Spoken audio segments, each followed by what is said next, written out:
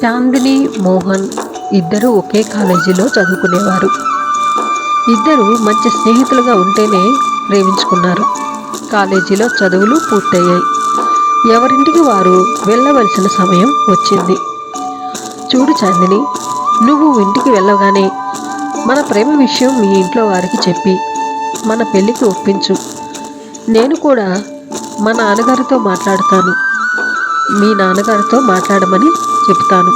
ఏమంటావు చాందిని? అడిగాడు మోహన్ చాందినిని. నేనే ఈ విషయం నీకు చెబుదామని అనుకుంటున్నాను మోహన్.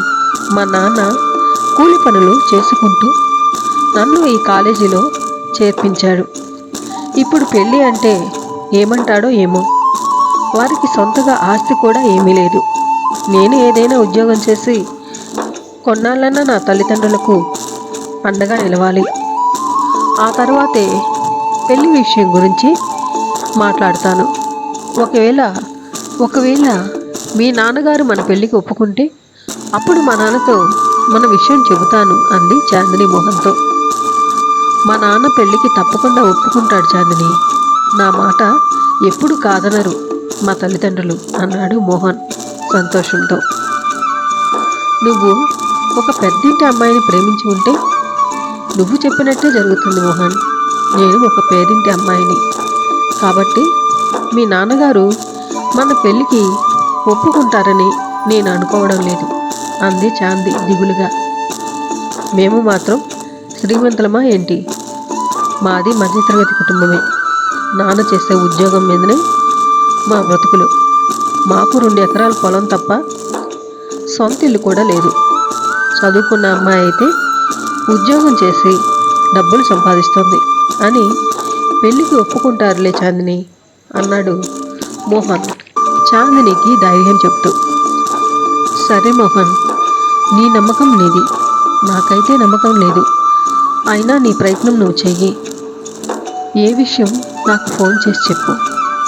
ఎందుకంటే నేను ఉద్యోగం చేయాలా లేదా అని నువ్వు చెప్పే దాన్ని బట్టి ఉంటుంది.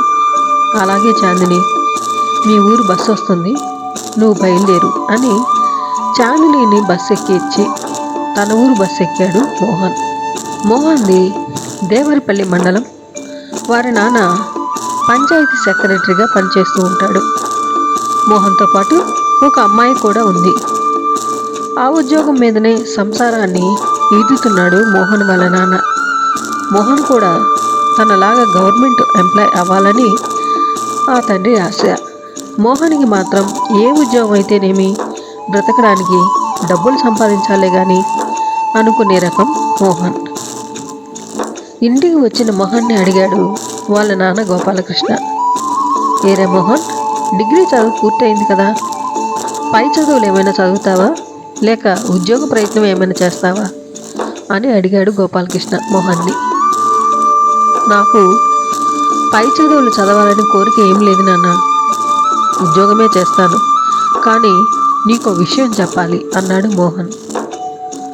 ఏ విషయం మోహన్, చెప్పు అడిగాడు గోపాలకృష్ణ. నాన్న, చాందిని అనే అమ్మాయి నేను ప్రేమించుకున్నాం. చాందిని చాలా తెలివైన అమ్మాయి. ఫస్ట్ క్లాస్లో పాస్ అయింది. మంచి ఉద్యోగం కూడా వస్తుంది. ఇద్దరం ఉద్యోగాలు చేసి మీకు ఆసరాగా ఉంటాం అన్నాడు మోహన్ భయంగా గోపాలకృష్ణతో. అప్పుడు గోపాలకృష్ణ గారు, వాళ్ళ నాన్న ఏం చేస్తుంటాడు అడిగాడు గోపాలకృష్ణ గంభీరంగా. వాళ్ళ నాన్న పొలం పనులు చేస్తుంటాడు నాన్న. అంటే కూలి పనులు చేసేవాడు కూతుర్ని నువ్వు ప్రేమించావన్నమాట. మోహన్, నీ మీద నేను ఎన్నో ఆశలు పెట్టుకున్నాను. నాలాగే నువ్వు గవర్నమెంట్ ఉద్యోగం చేస్తావని అనుకున్నాను. నేను గ్రూప్ 4 ఉద్యోగమే చేస్తున్నాను. నా కొడుకు గ్రూప్ 1 రాసి ఆర్డీఓగా ఉద్యోగం చేస్తుంటే చూడాలని నాకు నుంచో నా కోరిక. అలాంటిది నువ్వు పెళ్లి చేసుకుంటానంటావా? నీకు అసలు బుద్ధి ఉందా? గట్టిగా అరిచాడు గోపాలకృష్ణ. పెళ్ళి ఇప్పుడే చేసుకోము నాన్న, మాకు ఉద్యోగాలు వచ్చాకే చేదురు కానీ. మేము ఇద్దరం గట్టిగా ఉద్యోగాల కోసం ప్రయత్నిస్తున్నాం అన్నాడు మోహన్. ఆ అమ్మాయి ఉద్యోగం చేసినా సరే ఈ పెళ్ళికి నేను ఒప్పుకోను. ఊళ్ళో నా పరువు ఏమి కావాలి? ఈ పెళ్ళికి ససేమిరా ఒప్పుకోను నేను. నువ్వు ఈ పెళ్ళి గిల్లి గురించి ఆలోచించకుండా గ్రూప్ 1కి ప్రిపేర్ అవ్వు అంటూ కోపంగా బయటికి వెళ్ళిపోయాడు గోపాలకృష్ణ. మరుసటి రోజు చాందిని, మోహన్ ఇద్దరు గుడి దగ్గర కలుసుకున్నారు. నేను చెప్పానుగా మోహన్, మన పెళ్ళికి మీ నాన్నగారు ఒప్పుకోరని అంది చాందిని దిగులుగా. ఇలా జరుగుతుందని నేను కూడా అస్సలు ఊహించలేదు అన్నాడు మోహన్. మరి ఇప్పుడు ఏం చేద్దామంటావు అంది చాందిని. ఏముంది, మా నాన్న చెప్పినట్టు గ్రూప్స్కి ప్రిపేర్ అవుతాను. 6 నెలల టైం ఉంది. నాకు ఉద్యోగం వస్తే నాన్న కోరిక ఒకటి తీరుతుంది. ఆ తర్వాత నాన్నను పెళ్ళికి ఒప్పిస్తాను అన్నాడు మోహన్ నింపాదిగా. ఒకవేళ నీకు ఉద్యోగం వచ్చినా మీ నాన్నగారు పెళ్ళికి ఒప్పుకోకపోతే సందేహంగా అడిగింది చాందిని. ఏముంది, ఒప్పుకుంటే సరి, లేకపోతే మనమే ఏ గుళ్ళోనో పెళ్లి చేసుకుందాం. ఎలాగో మీ అమ్మా నాన్న ఒప్పుకుంటారు కదా అన్నాడు మోహన్. అలా వద్దు మోహన్, మీ నాన్నను ఒప్పించే పెళ్లి చేసుకుందాం. ముందు గ్రూప్స్ ప్రిపేర్ అవ్వు. నేను కూడా గ్రూప్స్ రాస్తాను. లక్క ఉంటే ఇద్దరికి ఉద్యోగం రావచ్చు అంది చాందిని. సరే చాందిని, నీ ఇష్టం, అలాగే చేద్దాం అన్నాడు మోహన్. ఈ 6 నెలలు చాందిని, మోహన్ ఇద్దరూ చాలా కష్టపడి చదివి గ్రూప్ 1 పరీక్షలు రాశారు. చాందిని, మోహన్ ఇద్దరూ ప్రిలిమ్స్ పాస్ అయ్యారు. మెయిన్స్కి ప్రిపేర్ అవుతున్నారు. చాందినికి ఎలాగైనా గ్రూప్ 1 ఉద్యోగం సంపాదించాలని పట్టుదల. దానికి కారణాలు 2. ఒకటి, తల్లిదండ్రులను కష్టపడకుండా చూసుకోవడం. రెండవది, మోహన్తో తన పెళ్ళి. మోహన్ వాళ్ళ నాన్న ఉద్యోగం వస్తేనన్నా పెళ్ళికి ఒప్పుకుంటాడేమోనని చిన్న ఆశ చాందినికి. ఇద్దరు ఒకే సెంటర్లో మెయిన్స్ పరీక్ష రాశారు. పరీక్ష హాల్ నుంచి బయటికి వచ్చాక, మోహన్, ఎగ్జామ్స్ ఎలా రాశావు మోహన్ అడిగింది చాందిని. చాలా కష్టంగా ఉంది చాందిని. మరి నువ్వెలా రాశావు అడిగాడు మోహన్ చాందినిని. కష్టంగానే ఉంది, కానీ బాగానే రాశాను అని నేను అనుకుంటున్నాను మోహన్ అంది చాందిని. మన ఇద్దరిలో ఒకరికన్నా ఉద్యోగం వస్తే బాగుంటుంది చాందిని అన్నాడు మోహన్. నా ప్రయత్నం కూడా అదే మోహన్ అంది చాందిని. మెయిన్స్ రిజల్ట్స్ రానే వచ్చాయి. చాందిని పాస్ అయింది, మోహన్ ఫెయిల్ అయ్యాడు. గోపాలకృష్ణ మోహన్పై మండిపడ్డాడు. కాలేజీలో చదువుకురమ్మంటే ప్రేమ పాఠాలు నేర్చుకుని వచ్చావు, ఇంకేమొస్తుంది ఉద్యోగం? మళ్ళీ ఎప్పుడు గ్రూప్స్ పడతాయో ఏమో, కనీసం సెంట్రల్ గవర్నమెంట్ ఉద్యోగమైనా ట్రై చేయి అని గట్టిగా అరిచాడు గోపాలకృష్ణ.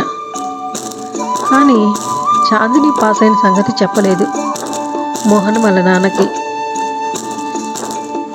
సారీ మోహన్, నువ్వు పాస్ అవుతానని అనుకున్నాను అంది చాందిని బాధపడుతూ. పరీక్ష రాసినప్పుడే నాకు అర్థమైంది చాందిని, నేను ఫెయిల్ అవుతానని. కానీ నువ్వు పాస్ అయ్యావు కదా, చూడు ఇప్పుడు నాకు చాలా సంతోషంగా ఉంది. ఎలాగైనా సరే నువ్వు ఉద్యోగం సంపాదించాలి. నువ్వు చాలా కష్టపడు, నీకు కావాల్సినవన్నీ నేను చూసుకుంటాను. నీకు ఎటువంటి లోటు రానివ్వను అన్నాడు మోహన్. చాలా సంతోషించింది చాందిని. చాలా టెన్షన్గా ఉన్నాడు మోహన్. ఎందుకంటే చాందినికి ఇంటర్వ్యూ సమయం వచ్చింది. చాందినికి జాబ్ వస్తుందో లేదోనని తన టెన్షన్.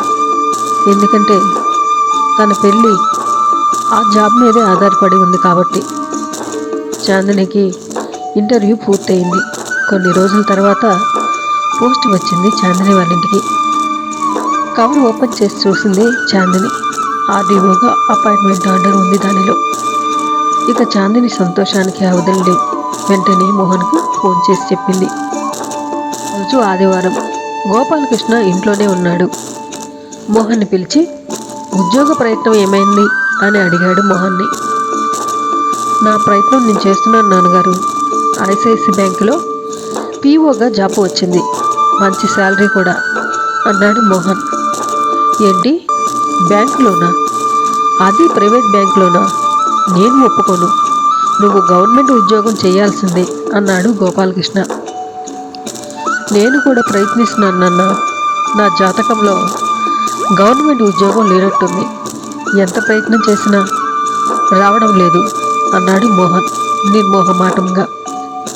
నువ్వు జాతకాలు కూడా నమ్ముతావా అన్నాడు గోపాలకృష్ణ. అవునండి, నేను కూడా మొన్న శాస్త్రి గారికి మోహన్ జాతకం చూపించాను. మీ అబ్బాయి గవర్నమెంట్ జాబ్ చేయలేడు, కానీ అతని భార్య గవర్నమెంట్ జాబ్ చేస్తుంది అని చెప్పాడు అంది గోపాలకృష్ణ భార్య. ఇక చాలే నోర్మి, నువ్వు కూడా వీడికి వంత పాడుతున్నావా? వాడు నీ వల్లే ఇలా చేతకాని వాడిలా నా ముందు నిలబడ్డాడు. చూడు మోహన్, నువ్వు మళ్ళీ మళ్ళీ ప్రయత్నించు అన్నాడు గోపాలకృష్ణ. ఇంతలో నమస్కారం అండి అంటూ వచ్చాడు చాందిని వాళ్ళ నాన్న. ఎవరండి మీరు అన్నాడు గోపాలకృష్ణ. మా అమ్మాయి పెళ్లి విషయం మీతో మాట్లాడదామని వచ్చానండి అన్నాడు ఆ వ్యక్తి వినయంగా. మీ అమ్మాయి పెళ్ళి నాతో మాట్లాడటం ఏమిటి, మీరెవరు ఇంతకీ అన్నాడు గోపాలకృష్ణ. నా పేరు చిన్నకోటి అండి, మా అమ్మాయి చాందిని, మీ అబ్బాయి మోహను, ఇద్దరు ఒకరు ఒకరిని ఇష్టపడ్డారు, సంబంధం మాట్లాడదామని వచ్చాను అన్నాడు ఆ వ్యక్తి. అంతే, కోపం నశాలానికి అంటుకుంది గోపాలకృష్ణకు. మా అబ్బాయికి ఇంకా ఉద్యోగం కూడా రాలేదు, అప్పుడే పెళ్ళి పేరంటాలా, ముందు మీరు ఇక్కడ నుండి వెళ్ళిపోండి కోపంగా అరిచాడు గోపాలకృష్ణ చిన్నకోటయ్యను. నాన్న, మీరు ఆగండి, నేను చెప్పేది కాస్త వినండి అన్నాడు మోహన్. ఏంట్రా వినేది? గవర్నమెంట్ ఉద్యోగం అయితే ఆలస్యం అవుతుందని బ్యాంకులో ఉద్యోగం సంపాదించి, ఏదో ఒక ఉద్యోగం సంపాదించి నీ దారి నువ్వు చూసుకోవాలనుకుంటున్నావా? నలుగురిలో నా పరువు ఏమవుతుందో తెలియలేదా నీకు? మా వాడు గవర్నమెంట్ ఆఫీసర్ అవుతాడని అందరికీ చెప్పుకున్నానే, ఇప్పుడు అందరికీ నేను ఏమని సమాధానం చెప్పాలి అంటూ కుమిలిపోయాడు గోపాలకృష్ణ. నా కోడలు ఆర్డీఓగా పనిచేస్తుందని చెప్పండి నాన్న అన్నాడు మోహన్. ఆశ్చర్యపోయాడు గోపాలకృష్ణ. గోపాలకృష్ణ ముకుటి ముడిపడింది. ఏమిటి మోహన్, చాందిని ఆర్డీఓగా జాబ్ చేస్తుందా? నిజమా? ఆశ్చర్యంగా అన్నాడు గోపాలకృష్ణ మోహన్తో. అవునానా, నేను చెప్పేది నిజం. ఇద్దరం ఒకేసారి పరీక్ష రాశాం. చాందినికి మీ కోరిక చెప్పాను, మీ నాన్నగారి కోరిక నేను తీరుస్తాను అని ఆర్డీఓగా ఉద్యోగం సాధించింది అన్నాడు మోహన్ సంతోషంగా. అప్పుడు గోపాలకృష్ణ చిన్నకోటయ్యను చూసి, రండి బావగారు రండి, వచ్చి కుర్చీలో కూర్చోండి, రేపే పంతుల్ని పిలిచి ముహూర్తాలు పెట్టుకుందాం ఆనందంగా చెప్పాడు గోపాలకృష్ణ. కొద్ది రోజులకి గొప్పగా మోహన్ చాందినీల వివాహం జరిగింది. పెళ్లికి వచ్చిన వాళ్ళు గోపాలకృష్ణను ప్రత్యేకంగా అభినందించారు ఆర్డీఓని కోడలుగా తెచ్చుకున్నందుకు. మీ కోడలి చాందిని చాలా తెలివైన అమ్మాయి, మొట్టమొదటిసారే ఆర్డీఓగా ఎంపికైందంట కదా అని అందరూ పొగుడుతూ ఉంటే గోపాలకృష్ణకి ఆనందం ఎక్కువయింది. చాందినిని మెచ్చుకున్నాడు. మోహన్ వాళ్ళ నాన్న సంబరాన్ని చూసి మోహన్ చాలా సంతోషించాడు.